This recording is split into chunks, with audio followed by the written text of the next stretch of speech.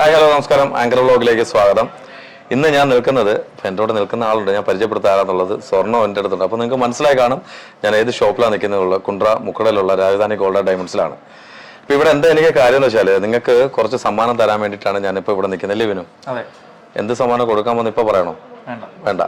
അപ്പോൾ നമുക്ക് ഇന്ന് ഈ ഒരു സ്ഥലം മാറ്റി അപ്പുറത്തോട്ട് പിടിച്ചാലോ?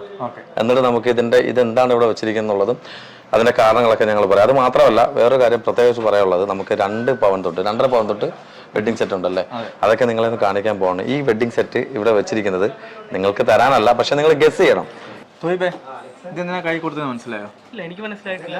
തോയവിന് മനസ്സിലായില്ല, പക്ഷെ എനിക്ക് മനസ്സിലായി, അത് വിനുവിനും മനസ്സിലായി, ബാക്കിയുള്ളവർക്കൊക്കെ മനസ്സിലായി.